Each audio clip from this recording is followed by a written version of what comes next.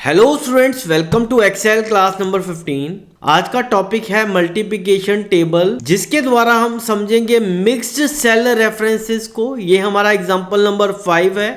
यहाँ पे on the top 15 तक नंबर्स हैं और हम चाहते हैं 15 तक के मल्टीप्लिकेशन टेबल्स हमारे पास इस सेक्शन में आ जाए। ये पूरा एरिया जो है सिलेक्ट कर लिया है इक्वल टू दिस। हम फॉर्मूला दो डायरेक्शन में कॉपी कर रहे हैं, तो हमें सेल एड्रेस के अंदर रो रेफरेंस और कॉलम रेफरेंस दोनों को देखना होगा। तो आप देखिए, जब हम फॉर्मूला को कॉपी कर रहे हैं लेफ्ट टू राइट और टॉप टू बॉटम, जो हमारे कॉलम रेफरेंसेज हैं वो इंक्रीमेंट हो रहे हैं। मतलब नेक्स्ट सेल में हमें वैल्यू जो चाहिए E5 सेल से चाहिए, F5 सेल से चाहिए, G5 सेल से चाहिए। बट जो रो इंडेक्स नंबर आप देखेंगे वो टिल द एंड आपका 5 है। तो हमें यहाँ पे 5 को जो है वो फिक्स करना है। तो उसके लिए हम F4 की एक बार प्रेस करेंगे तो हमारा कॉलम रेफरेंस और रो रेफरेंस दोनों के आगे लॉक आ गया है। अगेन F4 की प्रेस करेंगे तो हमारा यहाँ पे रो इंडेक्स नंबर पे डॉलर साइन आ गया है। तो हमने यहाँ पे रो रेफरेंस को फ्रीज कर दिया। Multiply by next value is from C6 cell.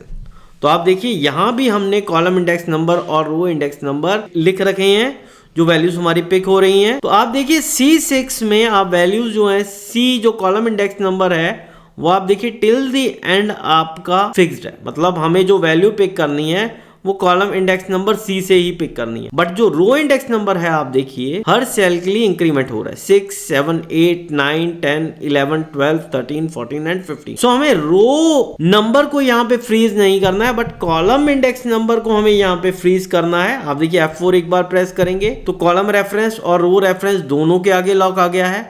Again F4 press करेंगे तो हमारा रो इंडेक्स नंबर के आगे डॉलर साइन आ गया है। अगर फिर से F4 प्रेस करेंगे तो हमारा कॉलम इंडेक्स नंबर के आगे लॉक यानी कि डॉलर साइन आ गया है, बट रो इंडेक्स नंबर हमने अनलॉक कर दी।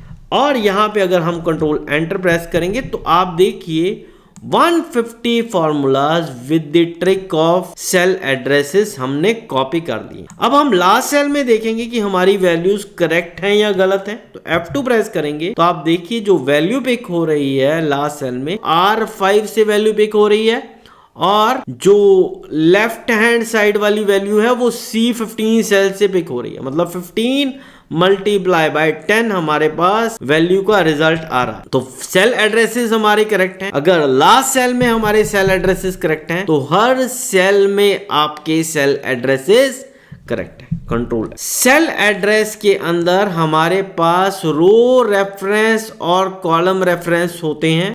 तो हम फर्स्ट सेल में फिर से जाएंगे F2 D5 multiply by C6। आप देखिए फर्स्ट जो सेल एड्रेस है D5, और जब हम मूव कर रहे हैं फॉर्मूला को तो लास्ट सेल में हमें R5 चाहिए। तो 5 जो रो है हमारी वो स्टेशनरी है। आप देखिए ये 5th नंबर रो में आपके ये वैल्यूज हैं, और जो कॉलम इंडेक्स नंबर हैं वो मूव हो रहे हैं।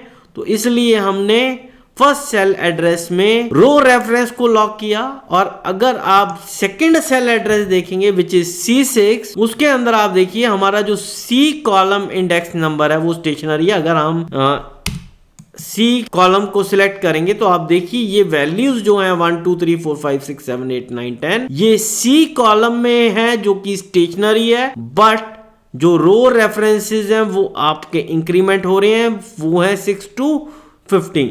तो इसलिए हमने कॉलम रेफरेंस को लॉक किया सेकंड सेल एड्रेस में और रो रेफरेंस को हमने अनलॉक रखा। और क्योंकि हमने सेलेक्ट कर रखा था इस एरिया को, फॉर्मूला एंटर हुआ फर्स्ट सेल में, कंट्रोल एंटर प्रेस किया और फॉर्मूला कॉपी हो गया till the end. Cell addresses एक इंपॉर्टेंट चीज है आपका फॉर्मूला के अंदर। अगर आपको फॉर्मूला को कॉपी करना है और सेल रेफरेंसेस लगाना ढंग से आता है तो आप बहुत सारे फॉर्मूलाज जो हैं चुटकियों में लगा सकते हैं।